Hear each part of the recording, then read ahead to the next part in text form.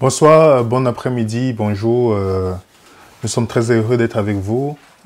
Bienvenue sur Venir Résonnant. Nous bénissons l'Éternel pour ce moment d'étude qui nous permet d'avoir. Et nous allons faire un exemple d'étude biblique qui peut vous montrer aussi que quand on lit une histoire, on peut retrouver notre Seigneur Jésus-Christ dans cette histoire. Aujourd'hui, le titre du livre de l'étude, ce sera « Christ dans le livre de Job ». Christ dans le livre de Job. Nous allons prier pour pouvoir entrer dans notre étude. Père, nous te remercions pour ta grâce. Inspire-nous au nom de Jésus. Amen. Donc, Christ dans le livre de Job.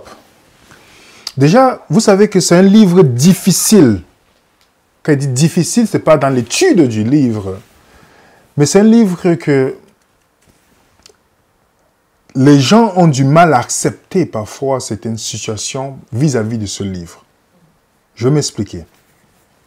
Le juif, dans sa mentalité, c'est que lorsque vous êtes obéissant au commandement de Dieu, vous devez être béni.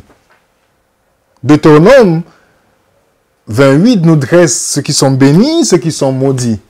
Mais on voit un homme ici obéissant, mais qui vit dans une situation comme un homme maudit. Donc parfois, certaines personnes ont du mal à vouloir réconcilier. Vous vous rappelez quand les Juifs, quand Jésus et les disciples, le jeune homme riche, quand je dis il est plus difficile pour un riche d'entrer dans le royaume des cieux, il est plus facile pour un chameau d'entrer dans le trou d'une aiguille qu'un riche d'entrer dans le royaume des cieux. Et regardez la question des disciples. Qui peut être sauvé? Parce que dans la perception des disciples, et c'est la pensée de ce temps, si vous êtes riche, vous êtes béni de Dieu. Vous êtes pauvre, vous êtes maudit de Dieu. Et si vous êtes riche, et vous êtes en bonne santé encore, vous êtes doublement béni. Et si vous êtes pauvre, et vous êtes en mauvaise santé, vous êtes doublement maudit. Donc c'est dans la pensée de ces personnes-là. Vous voyez? Donc c'est pourquoi c'était toujours un livre difficile à accepter. Même pas beaucoup de juifs. Un homme comme Job, finalement vit comme un homme maudit. C'est d'où vient la difficulté. Déjà, il faut comprendre que Job n'est pas un personnage fictif. Lorsqu'on dit par exemple dans Job, verset 1er, il y avait dans le pays de Uz, un homme qui s'appelait Job. Il n'y a pas le J en hébreu, c'est Job. Et cet homme était intègre, droit, il craignait Dieu, se détournait du mal. L'auteur nous décrit Job, mais comprenez bien que le livre de Job, ce n'est pas une fiction. Parce que quand on lit, on a l'impression que c'est une fiction. Que c'est un personnage, c'est situé où? Est-ce qu'il a réellement existé ou c'est juste une... D'autres personnes disent que c'est Moïse qui a écrit le livre. On commence à se questionner, mais est-ce que c'est vraiment une histoire réelle? Mais si ce n'était pas une histoire réelle, nous voyons dans le livre de Jacques, on nous parle déjà de Job. Jacques, c'est le Nouveau Testament. On a les preuves du Nouveau Testament. Est-ce que si c'était un personnage qui n'était pas réel, est-ce que Jacques aurait parlé de lui? Dans Jacques 5, verset 11, il dit « Voici, nous disons bienheureux ceux qui ont souffert patiemment. Vous avez entendu parler de la patience de Job. Vous avez vu la fin que le Seigneur lui accorda. Car le Seigneur est plein de miséricorde et de compassion. » N'est-ce pas? N'est-ce pas, mes frères et sœurs? Est-ce que c'est une histoire réelle? D'après Jacques, oui. Il prend Job en exemple. Nous avons aussi Ézéchiel 14. Il y eut au milieu de lui ces trois hommes, Noé, Daniel et Job. ils sauveraient leur âme par leur justice, dit le Seigneur l'Éternel. Alors, Ézéchiel parle aussi. Noé n'a-t-il pas existé? Daniel n'a-t-il pas existé? Job n'a-t-il pas existé? Donc, il nous parle des personnes qui existaient. Donc, nous ne sommes pas ici dans un conte, ou un conte ou une histoire qu'on raconte aux enfants. Mais nous sommes ici dans une histoire de quelqu'un qui était une personne réelle, qui a existé. Quand on vous parle de Napoléon, même s'il y a moins de preuves de l'existence de Napoléon que de Jésus-Christ, vous croyez que Napoléon a existé? Il y a moins de preuves de l'existence de Napoléon. Plus de preuves de l'existence de Jésus-Christ. Vous savez que Jésus-Christ a existé. Mais nous croyons. Donc quand Jacques, le frère de Jésus, parle de Job comme un exemple, il ne parle pas d'un personnage qui n'a pas existé. Quand Ézéchiel parle, il parle de quelqu'un qui a vraiment vécu. C'est l'histoire réelle d'une personne. Donc, quand on lit un livre déjà, nous prenons parfois pour acquis parce que nous n'essayons pas de comprendre le contexte ou le challenge qu'on peut trouver dans ce livre, de ce que l'auteur veut nous faire comprendre. Je dis souvent, un texte hors de son contexte est un prétexte. Pourquoi? Parce que si je retire le contexte, je vais passer à côté. Supposons que moi, je vous écris une lettre, je prends souvent cet exemple, je vous dis, Denis ou Samuel, il est cool aujourd'hui. La lettre due de génération en génération, où ces petits-enfants reprennent la lettre et lisent, mais grand-papa a dit, William a dit à grand-papa qu'il est cool. Le premier réflexe de l'enfant, c'est d'aller dans le dictionnaire anglais. Parce que le mot cool se trouve dans le dictionnaire anglais. Cool veut dire froid. Alors il va dire, grand-papa était froid. Mais il ne comprendra rien, seulement s'il pose la question. Autant de grand-papa, quand on disait quelqu'un est cool, ça veut dire quoi? Ça veut dire qu'il est bien habillé. Dans certains, oui, dans certains endroits, on dit, oh, il est cool aujourd'hui, waouh. Ou peut-être il est gentil. D'autres vont dire gentil, mais d'autres, ça peut être utilisé que dans le thème, il est bien habillé. Donc, c'est seulement dans le contexte que je peux mieux comprendre. Donc, et revenons maintenant dans notre livre de Job. Le livre de Job. Comment nous pouvons étudier? On ne va pas étaler tous les chapitres. On va seulement s'arrêter sur le début du livre pour comprendre. Ça va être pour donner une indication pour que lorsqu'on va commencer à l'étudier, qu'on puisse aller plus en profondeur. Job chapitre 1er, le verset 1er. Il y avait dans le pays de Uz un homme qui s'appelait Job. Point. Je m'arrête d'abord là. Par curiosité, quand je vois un nom dans un texte, je dois chercher la signification. Quand je dois savoir s'il y a un lien avec l'histoire. C'est pourquoi c'est très important. Job veut dire, dans certains dictionnaires, peut dire ennemi, mais peut aussi dire affligé. Alors, qu'est-ce qui match avec notre étude? C'est ennemi ou affligé? Affligé. Parce que Yob, on dit Yob dans l'hébreu, c'est Yob. Comme Youssef, je connais les Arabes disent Yob, parce que le J n'existe pas. C'est remplacé par le Y, Yob, affligé. Donc, on voit déjà l'histoire de quelqu'un qui est affligé, et son nom veut dire affligé. Et maintenant, j'essaie de continuer, on me dit, cet homme est au pays de Uz. Uz, qu'est-ce que ça veut dire Uz?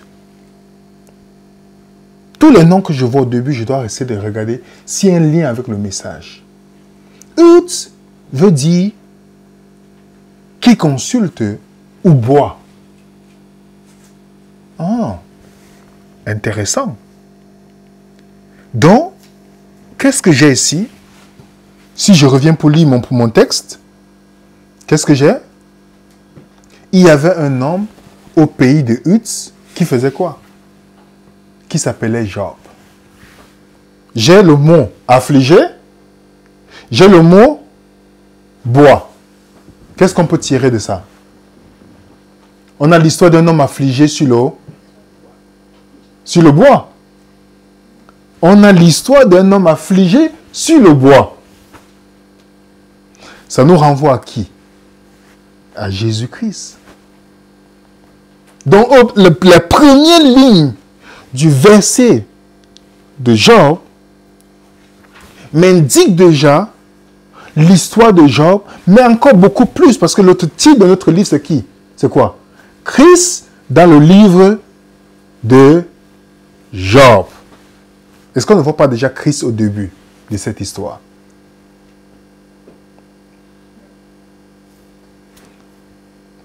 Oui, nous le voyons. Christ dans le livre de Job. Donc, lorsqu'on a commencé à étudier, nous devons toujours rester sur ce point-là. Très important pour nous si nous voulons vraiment, vraiment bénéficier de tout ce que les Écritures disent. Nous devons, parfois, quand on voit un nom, cherchons la signification par curiosité. Poussons, ne nous limitons pas seulement à la strong. Allons dans le lexique pour chercher que veut dire cela. Ça va nous donner un truc important pour l'étude biblique. Voilà un autre point. On va relire. Le verset nous dit, cet homme était intègre, droit. Il craignait Dieu, se détournait du mal. Regardez, la première chose dont on raconte de Job, ce n'est pas sa réputation. Ce n'est pas son compte bancaire. Ce n'est pas la couleur de sa peau. Mais qu'est-ce qu'on parle de Job ici? On nous dit que on parle de son caractère. On met en avant son caractère. Un homme intègre et droit et craignant Dieu se détournait du mal. Peu de hommes se détournent, quand il dit homme mélangé, homme et femme se détournent du mal aujourd'hui. Donc la première chose que le Saint-Esprit inspire lorsqu'on veut décrire Job, c'est son caractère. L'homme est égal à son caractère. C'est son caractère. Ce n'est pas pour rien que c'est le caractère que nous allons emmener dans le ciel. Et non le matériel, c'est le caractère. Donc, qu'est-ce qui définit Job ici? Premièrement, c'est son caractère. Un homme intègre, craignant Dieu, se détournait du mal. La deuxième chose, le verset 2 nous dit, il lui naquit combien? Il lui naquit 7 fils et 3 filles. Pour nous, ça n'a pas de signification aujourd'hui. Mais vous lisez dans les Psaumes 120, 127, 128 et autres, l'enfant était synonyme de bénédiction dans le temps biblique. Quand vous êtes stérile, vous êtes maudit de Dieu. Parce que dans la perception, quand vous voyez Rachel dit à Jacob, donne-moi un enfant, sinon je meurs. Regardez, vous vous rendez compte? Parce que dans la coutume de ce temps, lorsque vous êtes stérile, c'est que Dieu dit que, ils disent que Dieu, pourtant ce n'est pas Dieu, que vous êtes une mauvaise personne, et Dieu ne veut pas que vous reproduisiez une personne comme vous. D'où les personnes stériles dans la Bible souffraient de cette honte, en disant qu'ils ont un mal dans leur vie, que Dieu ne veut pas qu'ils reproduisent une autre personne semblable à eux. Vous vous rappelez dans l'histoire de Samuel? Elle est même partie prier, la mère de Samuel priait dans le temple. Donc nous aujourd'hui, on ne voit plus les enfants comme une bénédiction. Parfois même, on accouche les enfants, on les envoie où? Ailleurs, dans les garderies, c'est pas vrai? On ne voit pas comme une bénédiction. Nous sommes les seuls mammifères, entre guillemets, c'est l'expression, que lorsqu'on a un petit, c'est quelqu'un d'autre qui élève. Les animaux ne le font pas. Ils sont même devenus... C'est pourquoi même les animaux ont obéi à Noé que même les humains. Donc, on ne voit plus ça comme une bénédiction. On voit ça comme quoi? Si c'est pas une bénédiction. Comme une malédiction de Dieu. On préfère ne pas avoir des animaux. Compagnons de... C'est pas... Des animaux de compagnie. Mais quand la Bible décrit ça de Job, ça veut dire que c'est quelqu'un qui est béni. Son caractère, en plus, il est béni. Ok? Il est béni spirituellement. Il est béni dans sa famille. Et regardez bien le verset. Il possédait 7000 brebis. 3000 chameaux. 500 paires de bœufs. 500 ânesses. Et un très grand nombre de serviteurs. Waouh! Nous aujourd'hui, nous disons, on ne comprend pas que dans la perception de Job, de son temps, c'était quelqu'un qui avait une multinationale. Si Job vivait aujourd'hui, il devait te comparer à un milliardaire. Un milliardaire, il avait une multinationale à gérer. Qui peut gérer 3000 chameaux? Vous savez, déjà un chameau, pour ceux qui sont allés peut-être en Égypte ou en Afrique du Nord, tout ça. Un chameau, déjà gérer un chameau, il boit combien de litres d'eau un chameau boit? C'est-à-dire qu'il avait beaucoup de serviteurs pour s'occuper de 3000 chameaux, 500 paires de bœufs. Vous savez combien le bœuf mange? Ce n'est pas aujourd'hui qu'on avait l'agriculture industrielle. Il fallait les amener partout. Ça prenait des serviteurs. 500 ânesses. Un très grand nombre de serviteurs. Job gérait une multinationale. Voilà un homme béni dans son caractère, béni dans sa famille, béni matériellement.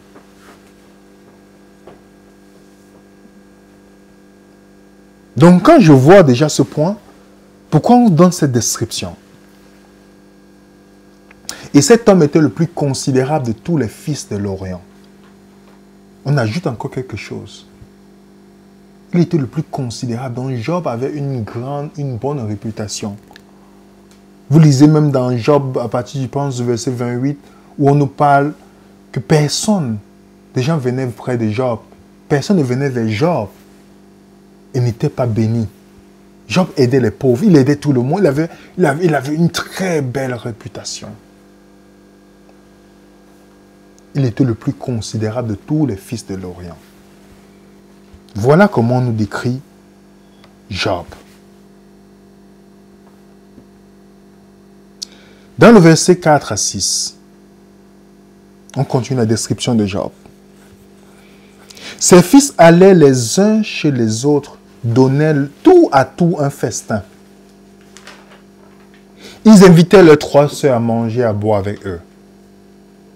Quand les jours de festin étaient passés, Job appelait et sanctifiait ses fils. Puis, il se leva de bon matin. Il se leva de bon matin pour dire quoi? Pour aller contrôler son compte bancaire? Pour aller vérifier si les chameaux ont bu de l'eau? Il se levait de bon matin pour offrir quoi? Pour chacun d'eux, un holocauste. L'holocauste, peut-être notre perception ne comprend pas ce que veut dire l'holocauste. L'holocauste, ça veut dire que pour chaque enfant, il se lève le matin, le premier enfant, il prend l'agneau, il brûle jusqu'à la cendre. Après, il fait pour le second, jusqu'à la cendre. Ça veut dire, c'est un vrai souverain sacrificateur dans sa maison. Quand Job se levait le matin, il ne disait pas, oh, est-ce que le virement, on a viré 2 chameaux, le voisin m'a viré 2 chameaux qui me devaient pour une course? Non. Il se levait pour présenter sa famille devant le Seigneur. C'était le premier souci. Et pour chaque enfant, Et en plus, on est ici dans la religion du cœur. Peut-être ils ont péché Dieu dans leur cœur. Ils ont offensé Dieu dans leur cœur. Ça vous montre déjà l'homme dont on nous décrit ici. Regardez bien qu'on nous dit, là où j'ai souligné, j'ai fait ça exprès pour souligner, c'est ainsi que Job avait coutume d'agir. Donc Job ne se levait pas un jour et dit, ok, je passe un bon temps avec Dieu, et puis 3 jours plus tard, il tombe. Job était un homme constant dans sa dévotion avec Dieu. Il était un homme constant. Il n'avait pas les jours où il dit, ah, je suis bon, demain, je suis down, non, Seigneur, ça ne va pas bien aujourd'hui. Je n'ai pas lu ma Bible, je n'ai pas prié, je n'ai pas passé le temps avec Dieu. Non, il était constant. C'est remarquable, n'est-ce pas? Nous avons un homme constant dans son caractère. Constant avec Christ. Ok? C'était ainsi.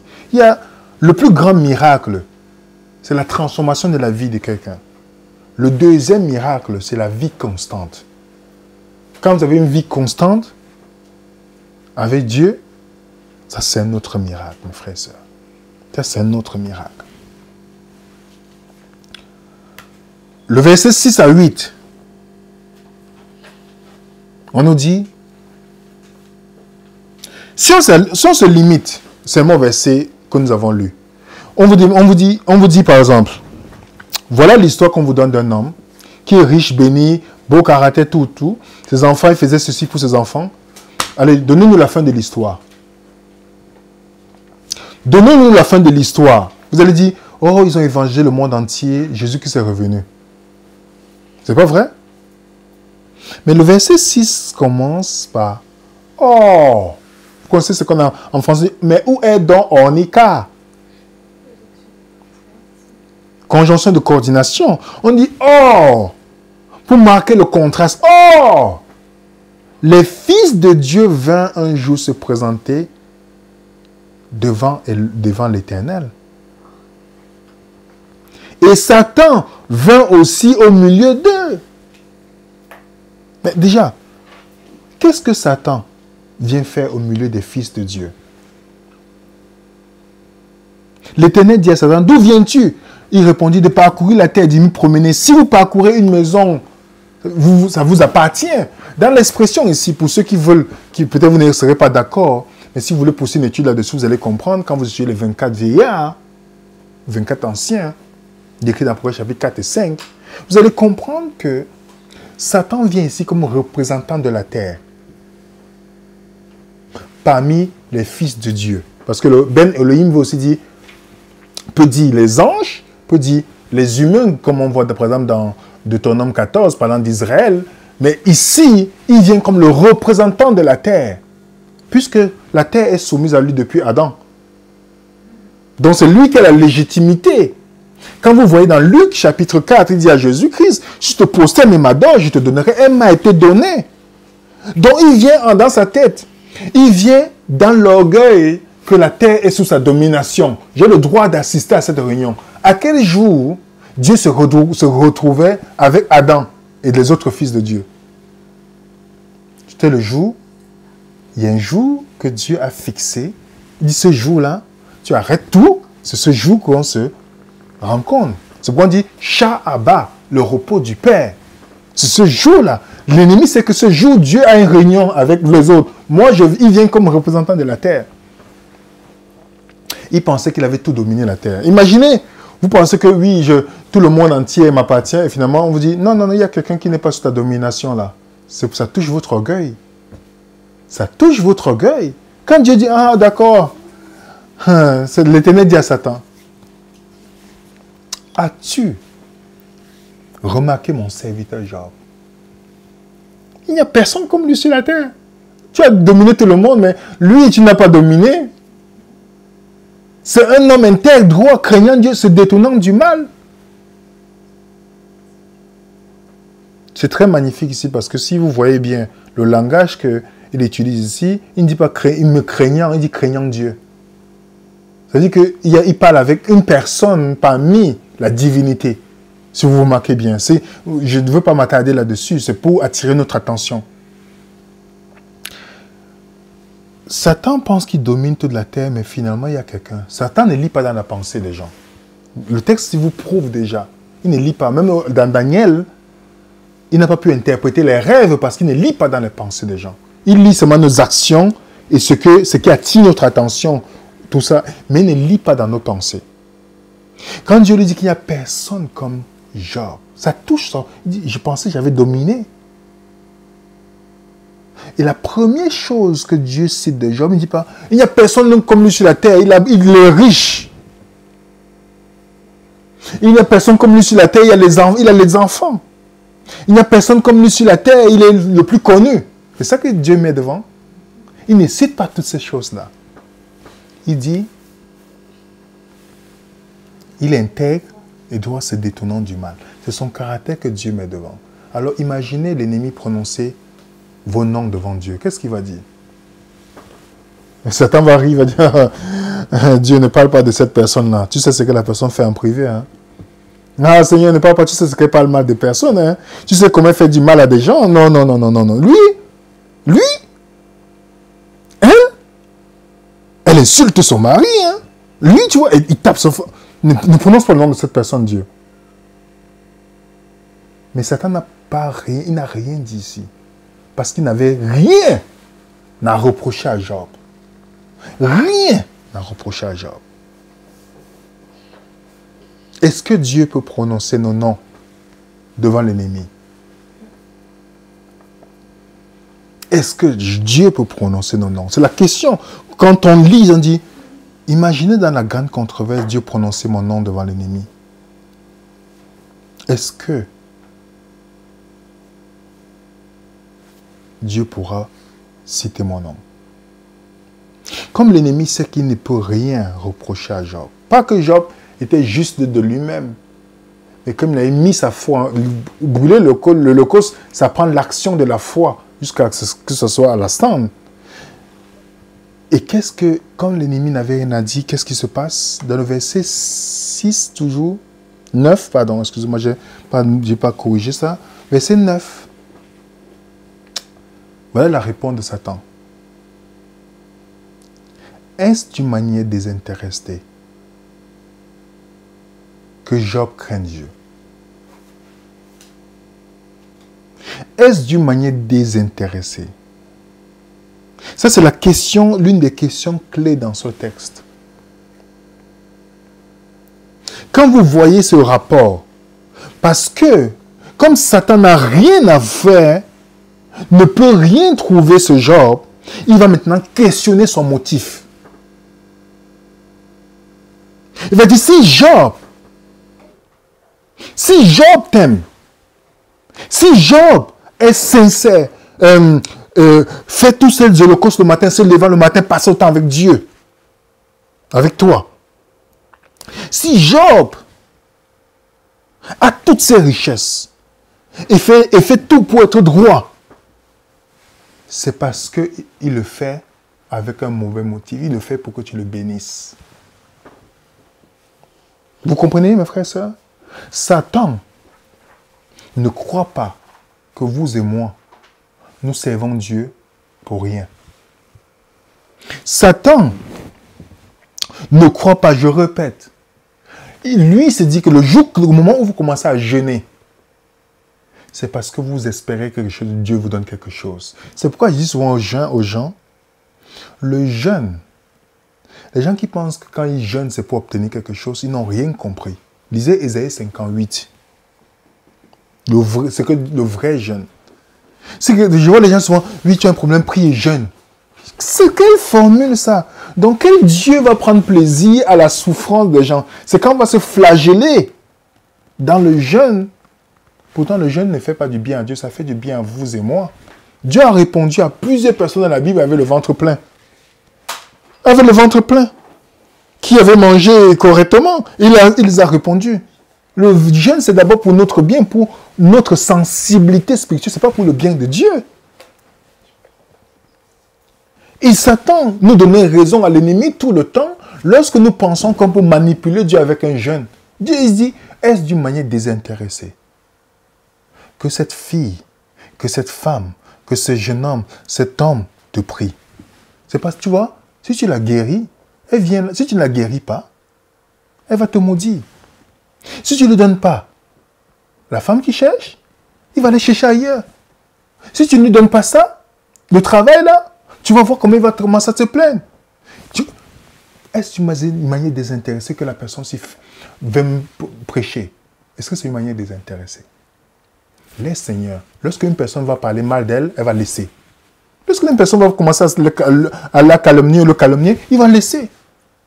Est-ce d'une manière désintéressée que vous et moi, nous servons Dieu? Ça, c'est la question que l'ennemi va toujours faire à chaque moment, questionner vos motifs et mes motifs. Ça, c'est une chose très importante que nous devons comprendre dans cette histoire. Parce que l'amour désintéressé, c'est le principe du royaume des cieux. Que Satan déteste le plus. Vous comprenez? L'amour désintéressé, c'est le principe du royaume des cieux que Satan déteste le plus.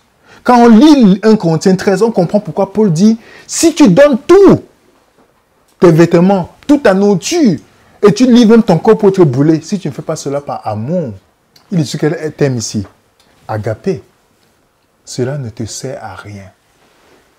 Vous comprenez là? Vous comprenez ça? Cela ne te sert de rien. Parce que le motif est plus important que l'action que je fais. Et regardez ce qu'il dit. Ne l'as-tu pas protégé, lui et sa maison, tout ce qu'il... Ça veut dire que Dieu protège toujours. Satan connaît même la bénédiction de Job. C'est parce que tu l'as protégé. Tu lui as béni les œuvres de ses mains. Et les troupeaux couvrent le pays. Mais étant ta main touche à tout ce qui lui appartient, je suis ce qui te maudira. Dieu n'a jamais touché à Job. Il a suggéré ça. Qu'est-ce que Dieu dit? L'Éternel dit à Satan, voici tout ce qui lui appartient, je te le livre. Seulement, ne porte pas la main sur lui.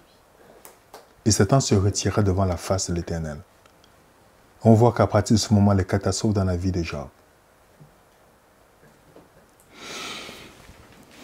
Voilà un peu, au fur et à mesure, vous connaissez tout se passe au fur et à mesure. La femme de Job dit, maudis-le. Maudis-le.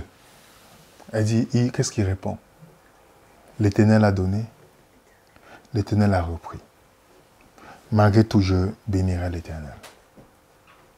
Mais il est au moment de doute où Job est face à des gens qui sont supposés venir le soutenir dans les moments difficiles. Ça, c'est les pires amis que vous ne devez jamais avoir ce type d'amis-là dans votre vie. Que dans les moments difficiles, ils sont venus questionner. Faire à ce que Job commençait à se plaindre contre Dieu. Regardez tout ce qu'ils ont dit à Job. Sûrement, il y a un péché dans ta vie. Vous comprenez bien? Parce que dans la tête de ces gens-là, quand tu es juste, il n'y a rien. Donc la souffrance, c'est pour les gens qui sont des pécheurs. Vous comprenez? Et nous pensons ça. J'ai vu une fois, quelqu'un venait de perdre son mari, qui était végétarien et qui avait eu un cancer. Quelqu'un est venu poser la question à la femme, tu es sûr que ton mari ne mangeait pas le poisson en cachette? Vous vous rendez compte, vous êtes dans la douleur. Dans la tête de la personne, être végétalien, ça veut dire qu'on ne sera jamais malade. Vous comprenez ça?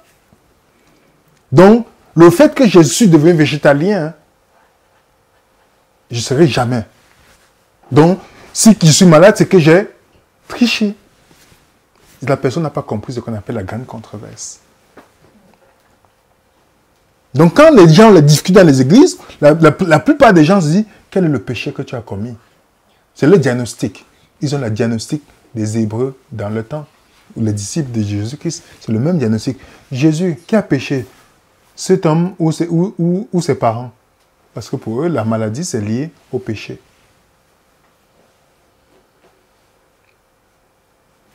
Et nous voyons dans l'histoire de Job. Qu'est-ce qu'on peut, si on s'arrête sur ce point, vous savez que Job a eu 3 personnes qui sont venues, un 4e qui est venu. Pour ceux qui étudient les prophéties peuvent comprendre ce que ça veut dire. 3 messagers et le 4e. qu'est-ce qu'on peut comprendre? Comment on peut lier Christ à l'histoire de Job? Le premier verset nous dit que c'était un homme, quoi? Affligé qui est sur le bois. Et le caractère de Jésus-Christ, c'est le seul dans la Bible qui est sans péché. Donc, son caractère est au-dessus de Job. Parce que Job, à la fin, il a confessé son incrédulité. Ce qu'on n'a pas remarqué chez Jésus-Christ. L'incrédulité, c'est un péché aussi dans la Bible. Quand il dit « je me répands », est-ce que vous avez vu Jésus-Christ dit qu'il se répand de son péché? Jésus-Christ est le caractère, le véritable homme qui était sans péché. Vous voulez parler des enfants? C'est lui qui a créé tous. Vous et moi, nous sommes ses enfants. Est-ce que Jésus-Christ n'est pas venu donner sa vie pour chacun d'entre nous? Oui. Jusqu'à la croix, obéissant jusqu'à la croix, en supportant l'humiliation. Parce qu'il n'a pas vu le ciel comme un endroit où il peut habiter si vous et moi, on n'est pas là. Jésus-Christ nous a valorisé que sa propre existence. Il a supporté la honte, l'humiliation. Est-ce que ce n'est pas le plus riche? Tout a été créé par lui et pour lui. Il possède toutes choses. Pas comme Job qui avait seulement les animaux. Toutes choses lui appartiennent. Et c'est le vrai souverain sacrificateur. C'est le vrai souverain sacrificateur par excellence. Donc quand on lit l'histoire de Job, on se pose la question, mais pourquoi les mauvaises choses arrivent à des bonnes personnes? L'histoire de Job nous donne la réponse. Ce n'est pas pour rien que c'est au milieu de la Bible. Pourquoi les mauvaises choses arrivent à des bonnes personnes? Pourquoi les mauvaises choses arrivent à des bonnes personnes? Job n'était pas une bonne personne, mes frères et sœurs. Pourquoi les mauvaises choses sont arrivées à Job? Pourtant, c'est une bonne personne. Alors, les gens qui pensent que, parce qu'on sait Dieu, on fait ceci, qu'on ne peut pas avoir de difficultés dans la vie. Pourquoi les mauvaises choses arrivent à des bonnes personnes? Vous savez que les mauvaises choses arrivent souvent à des bonnes personnes pour que les bonnes choses arrivent à des mauvaises personnes.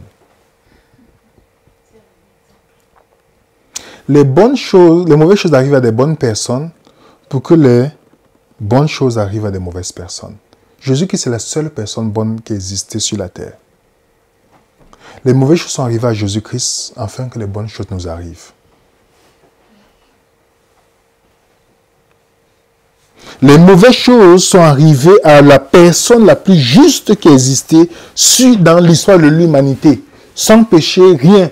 Les mauvaises choses sont arrivées à Christ sur la croix. Il était affligé sur la croix, souffrant la séparation avec son Père, souffrant le rejet des gens pour qui il est venu mourir, souffrant l'insulte. Si vous et moi, on nous donne le pouvoir, et qu'on nous met sur la croix, on va quitter. Si vous avez la capacité de vous échapper, mais vous restez là, en pensant à qui? À vous et moi. Toutes ces choses mauvaises sont arrivées à Christ, afin que les bonnes choses nous arrivent. C'est pas vrai, mes frères et sœurs? Et toute personne qui veut suivre le chemin de Christ, si on veut ressembler à Christ, vous posez la question,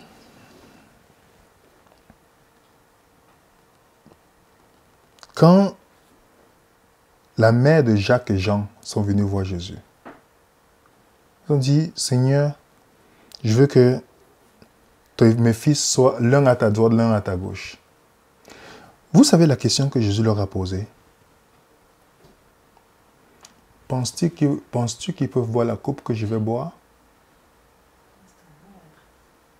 Pardon? Lui, il a dit, pourquoi on parle de position à côté de lui? Il parle de la coupe. Si on veut se rapprocher de Christ, on doit boire une coupe. Est-ce qu'ils n'ont pas bu la coupe? Oui. Ils ont bu la coupe. La raison pour laquelle les disciples, la plupart, est-ce qu'ils ont eu vie? Voilà. Donc, plus on va se rapprocher de Christ aussi, nous boirons la coupe. Et les mauvaises choses qui peuvent nous arriver vont servir de bonnes choses pour d'autres personnes. Donc, si nous suivons le Seigneur, c'est comme nous allons considérer comme mauvais qui peut nous arriver, parce qu'on a décidé de suivre Jésus-Christ. Ça sera une bénédiction pour d'autres personnes. Jésus nous a donné l'exemple. Les mauvaises choses lui arrivent à Jésus pour que les bonnes choses nous arrivent. N'est-ce pas, mes frères et sœurs? N'est-ce pas parfois nos désappointements dans la vie servent à la bénédiction pour certaines personnes?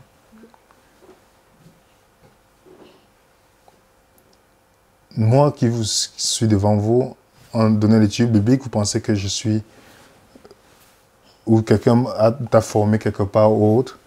Il a fallu que je sois désappointé pour commencer à étudier la Bible. Et finalement, pour la partager. Si je vous raconte, il peut rester là des heures pour raconter comment Dieu a fermé toutes les portes et moi qui résistais.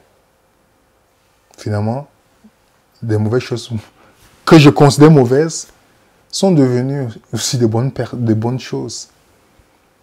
Combien nos témoignages, tout ce que nous pouvons vivre, vous et moi, quand nous le racontons à quelqu'un, ça console quelqu'un d'autre. Ça devient une bénédiction pour quelqu'un d'autre. Parfois, Dieu va fermer une porte pour qu'on reste dans un endroit, parce qu'il y a des gens qui ont besoin d'entendre nos messages. On va dire, ah Seigneur, pourquoi ça s'est fermé? Dieu dit, c'est pour que tu sois une bénédiction pour quelqu'un d'autre.